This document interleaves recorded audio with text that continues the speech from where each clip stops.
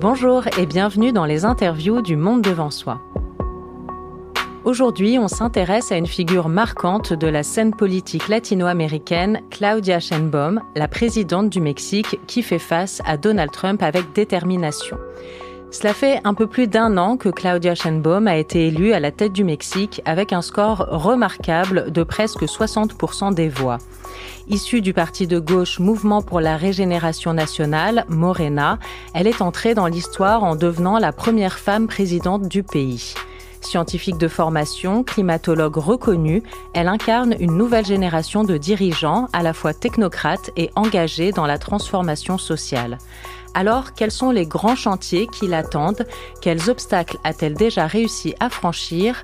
On en parle avec Hélène Combe, directrice de recherche au CNRS, rattachée aux séries Sciences Po Paris. Bonjour madame. Bonjour. Vous êtes une spécialiste des partis et des mouvements sociaux, notamment en Amérique latine.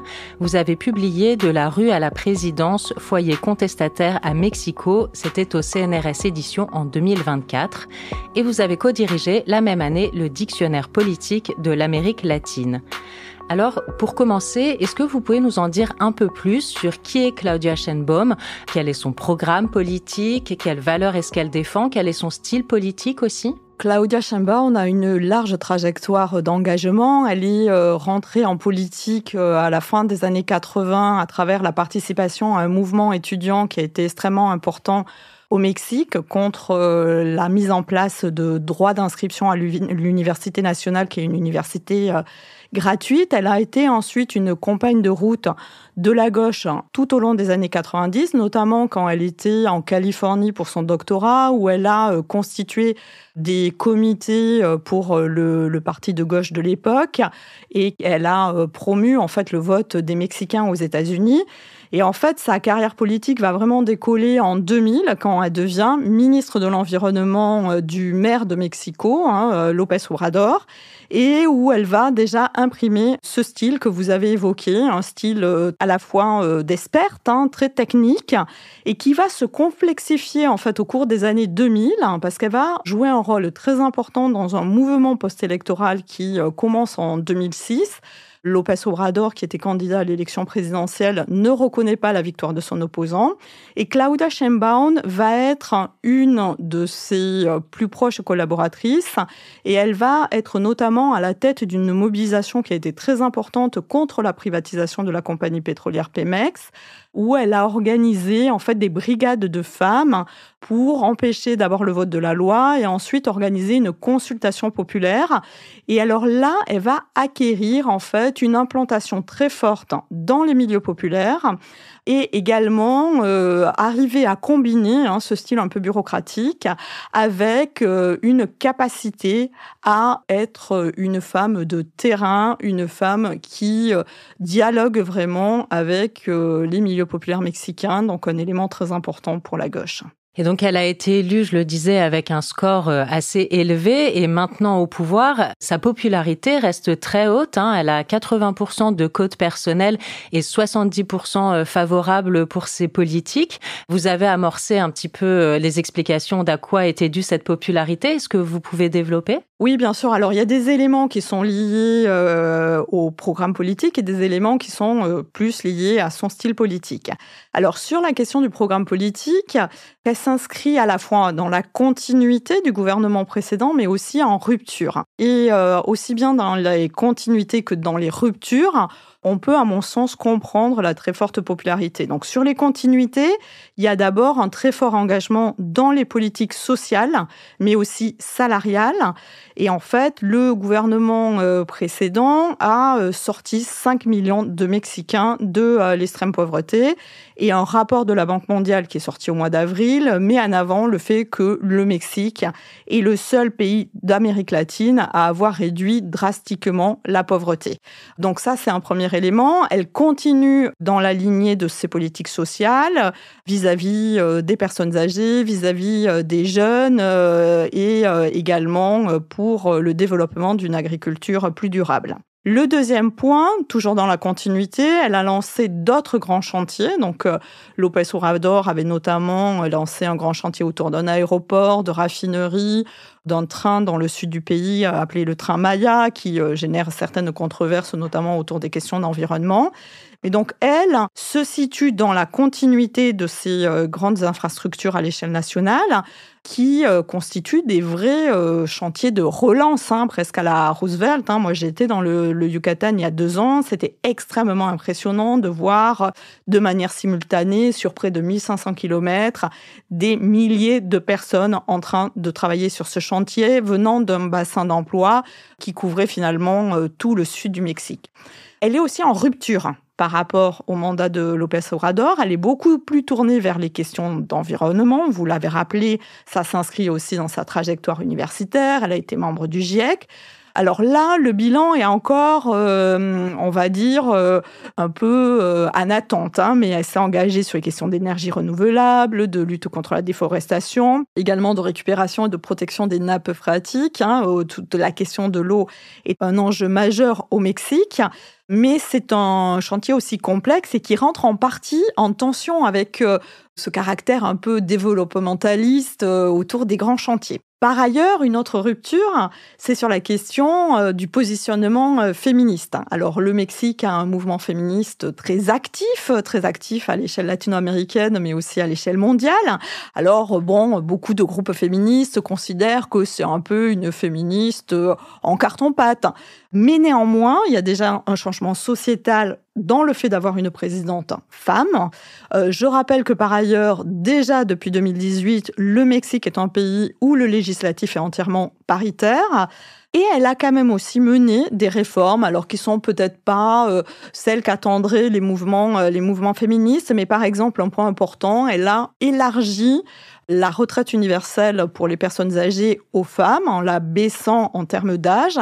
Et c'est une mesure qui est extrêmement importante, à la fois pour les femmes de milieux populaires, qui ont souvent travaillé dans l'emploi informel et qui n'ont donc pas de retraite formelle, mais également pour de très nombreuses femmes de classe moyenne, qui ont souvent été encore sur la génération qui arrive à la retraite aujourd'hui, en fait, des mères au foyer. Et donc ça, c'est par exemple une mesure qui change littéralement la vie au quotidien des femmes mexicaines. Et le dernier point de rupture, López Obrador est une figure nationaliste, très tournée vers le Mexique, piochant toujours ses solutions de gouvernement dans l'histoire politique mexicaine. Elle est très cosmopolite, très internationalisée. Quand elle était maire de Mexico de 2018 à 2024, la ville de Mexico a été primée sur les questions écologiques, sur les questions de villes plus connectées. Et donc, il y a aussi ce côté beaucoup plus moderne et tourné vers le monde qui explique aussi le fait qu'elle se positionne différemment, de mon point de vue, sur la scène internationale. Mais oui, c'est peut-être ce tropisme cosmopolite qui l'a aidé tout récemment, puisque Claudia Sheinbaum est confrontée directement à Donald Trump dans cette crise majeure des droits de douane qu'on connaît aussi ici, évidemment, en Europe. Il se trouve que plusieurs pays ont du mal à négocier avec le président américain. Claudia Sheinbaum, elle, s'en est plutôt bien, voire très bien sortie. Elle a réussi à contenir l'augmentation des taxes douanières américaines. Trump l'a même qualifiée de dure, ce qui, pour lui, on l'imagine, est un compliment. Qu'est-ce qui explique cette performance diplomatique, performance économique? Est-ce que ça dit la diplomatie de Claudia Sheinbaum? D'abord, elle a été extrêmement habile de mon point de vue dès le départ. Elle a envoyé ses équipes à Washington négocier pied à pied sur chacun des points. Et quand je dis ses équipes, c'est ses ministres. Une partie du gouvernement, à un moment, s'est délocalisée. Et donc, tout au long du printemps, ça a joué un rôle quand même assez important dans le fait qu'elle s'en sorte beaucoup mieux que d'autres gouvernements. L'autre élément qui est extrêmement intéressant dans son style, c'est qu'en fait, elle se place toujours sur un pied d'égalité avec les États-Unis. Et donc, c'est toujours du donnant-donnant. Et elle rappelle toujours aux États-Unis, et à Trump en particulier, le fait que, bien sûr, elle peut faire des efforts sur les questions migratoires, par exemple, mais Donald Trump doit aussi contrôler sa frontière sur la question des armes qui rentrent illégalement au Mexique et qui sont, de ce fait, aussi en partie responsables de la crise de sécurité.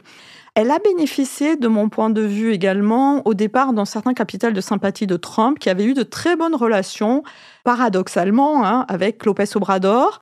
La situation est peut-être en train de se dégrader un petit peu aujourd'hui, mais quoi qu'il en soit, elle a déjà instauré un rapport de force qui fait d'elle une dirigeante qui compte dans les échanges avec Donald Trump.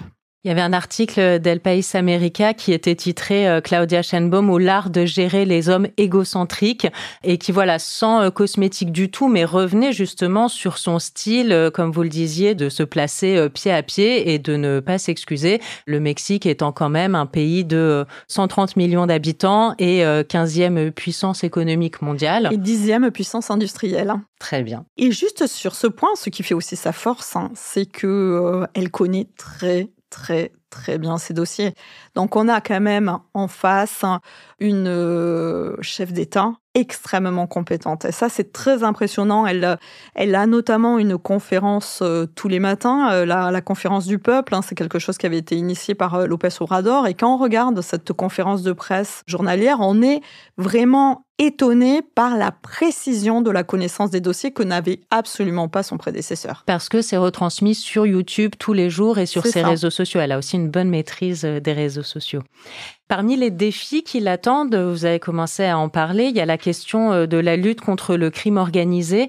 Au Mexique, on dénombre 30 000 homicides par an, la plupart liés au trafic criminel internationaux. Quel est son programme ou son plan sur le volet sécuritaire ? Le premier point qu'il faut rappeler, c'est qu'en fait, c'est une situation, la question sécuritaire au Mexique, qui est assez paradoxale. Donc, d'abord, c'est une question qui ne pourra pas se régler à l'échelle nationale, puisque en fait, c'est lié, comme vous l'avez dit, à des questions de trafic internationaux. Et le Mexique est un peu la cheville ouvrière de ces trafics. Donc, quoi qu'il en soit, c'est pas le gouvernement mexicain qui pourra régler cette question. Le deuxième point qui est très paradoxal, c'est que en réalité, la question de l'insécurité s'insère dans des configurations régionales qui sont extrêmement hétérogènes. Donc avec des groupes criminels qui ont des activités qui sont hétéroclites en fonction des territoires, qui se livrent aussi aux rackets, aux enlèvements dans certains endroits, qui sont très liés aux milieux entrepreneuriaux dans d'autres, ou à des milieux très traditionnels de caciques dans des régions rurales. Et donc il n'y a pas de solution uniforme aussi territorialement. Donc, elle est dans la lignée, là aussi, de ce qu'avait été la politique de López Obrador, qui a créé une garde nationale, qui a militarisé, en fait, la question de la gestion de la sécurité. Donc ça, c'est un point quand même d'inquiétude. Je renvoie éventuellement les auditeurs vers un article très intéressant publié dans AOC par Pierre Goussens récemment sur cette question de la militarisation au Mexique. Il y a régulièrement des narcotrafiquants qui sont arrêtés, qui sont emprisonnés, mais de toute manière, la question ne se réglera pas par ce type de politique-là. Un autre point d'achoppement, ou en tout cas un autre point de critique, ça a été la question d'une dérive autoritaire et d'une politisation du pouvoir judiciaire. Il y a eu au Mexique une réforme constitutionnelle particulièrement controversée du pouvoir judiciaire qui vient de passer, à savoir l'élection au suffrage universel de l'ensemble de la magistrature. Et le premier scrutin pour élire l'ensemble de la magistrature a eu lieu le 1er juin de cette année. C'est une réforme qui avait été portée par le prédécesseur de Claudia Sheinbaum, donc Manuel López Obrador, mais qui est soutenu évidemment par l'actuelle présidente qui l'a portée jusqu'à son terme. Est-ce que vous pouvez nous expliquer un peu les enjeux de cette réforme et pourquoi est-ce qu'elle est critiquée ? Donc cette réforme a été d'abord votée de manière très précipitée à la fin du mandat de López Obrador. Ça a été un vote extrêmement chaotique. Alors c'est pas exactement l'ensemble de la magistrature qui est en fait pléthorique au Mexique. Donc au niveau fédéral, 881 juges, dont les juges de la Cour suprême et magistrats, ont été élus au suffrage universel. Et c'est en effet un point qui a été extrêmement critiqué par l'opposition qui a vu des velléités de contrôle politique. Alors, cette élection a été très paradoxale parce que déjà, elle était extrêmement complexe. Donc, j'étais présente sur place. Les électeurs étaient assez déboussolés. Ils arrivaient à peu près à situer les candidats pour la Cour suprême. Beaucoup moins, par exemple, des juges qu'on appelle de circuit qui sont à l'échelle locale. Les électeurs restaient parfois dans le bureau de vote jusqu'à 40 minutes pour arriver à cocher toutes les cases. En plus, c'était un fonctionnement électoral assez différent de d'habitude, donc il n'y avait pas les routines de vote habituelles. Et par ailleurs, les candidats n'avaient pas eu le droit de faire campagne. En fait, ils avaient été présélectionnés, il y avait eu un contrôle des candidatures, notamment sur les questions de probité, et ils étaient aussi proposés par les différents pouvoirs, le pouvoir judiciaire, le pouvoir législatif et le pouvoir exécutif. Donc, les critiques portaient sur le fait que ça mettait en danger l'indépendance du pouvoir judiciaire, mais peut-être qu'il faut quand même préciser quelle était l'idée initiale de cette réforme chez López Obrador. En fait, tout au long de son mandat, il y a eu des tensions avec le pouvoir judiciaire qui étaient doubles, des tensions autour en fait de la libération récurrente de narcotrafiquants qui avaient été arrêtés par la garde nationale et qui n'étaient pas maintenus en prison par les juges, souvent à cause de vices de procédure. Et donc, il y avait le sentiment, à tort ou à raison, de López Obrador, qu'il y avait des formes de collusion avec le crime organisé. Et dans d'autres secteurs, comme le secteur des tribunaux commerciaux, le sentiment que les juges étaient acquis au secteur privé dans un contexte où ce gouvernement a en partie renationalisé d'une certaine manière un certain nombre d'activités, notamment à travers les grands chantiers qui sont chapeautés par l'armée. Bon, donc ça s'inscrivait dans ce contexte-là. Soupçon de corruption, soupçon de collusion. Soupçon de corruption, soupçon de collusion. Une histoire passée de très grande proximité des milieux entrepreneuriaux avec le pouvoir, dont López Obrador souhaitait se distancier, même si c'est évidemment toujours beaucoup plus complexe que ça, parce qu'on sait que dans ces cas-là, émergent d'autres entrepreneurs proches du pouvoir qui critiquent ceux qui étaient proches avant. Mais voilà, donc ça donne un peu l'idée du contexte. Et par ailleurs, il y avait aussi des relations qui étaient déjà tendues avec l'opposition sur d'autres points que je ne peux pas détailler maintenant. Donc, la question de la dénonciation d'une dérive autoritaire est à replacer dans ces tensions qui se sont échelonnées sur 6 ans, à la fois autour du pouvoir judiciaire, mais aussi autour de réformes de l'État qui ont porté préjudice aux intérêts de certaines catégories des élites mexicaines, on va dire. Il n'en reste pas moins que cette réforme est tout à fait contestable. Tout à fait contestable parce qu'elle n'avait aucune lisibilité, visibilité pour les électeurs. Ils ont été d'ailleurs que 13-14% à participer, donc un taux de participation très faible. Il est très difficile de dire les effets que pourra avoir cette réforme. Moi, mon hypothèse, mais je reste très prudente, c'est que ça n'aura aucun effet en termes de contrôle politique du pouvoir judiciaire. C'est un appareil judiciaire qui est énorme, qui est pléthorique, avec des logiques là aussi locales qui sont extrêmement hétérogènes. Et je pense que c'est un fantasme de l'opposition de penser que le gouvernement arrivera à contrôler. Il est ressorti quand même de cette élection quelque chose d'extrêmement intéressant. Va présider la Cour suprême un avocat de défense des droits indigènes, lui-même d'origine indigène.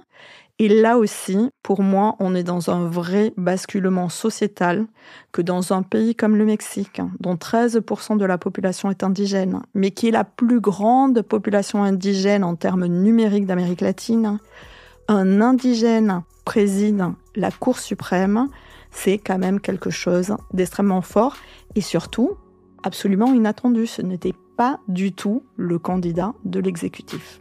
Très intéressant. On suivra ça attentivement et ce sera peut-être l'occasion de vous réaccueillir à ce micro. Hélène Combe, merci beaucoup pour cet entretien. Je rappelle que vous êtes directrice de recherche au CNRS rattachée aux séries Sciences Po et que vous avez signé De la rue à la présidence, foyer contestataire à Mexico. Merci beaucoup. Merci. L'interview du Monde devant soi est un podcast produit par Slate Podcast. Production éditoriale et présentation, Hélène Decomer. Prise de son, montage et réalisation, Marius Sor.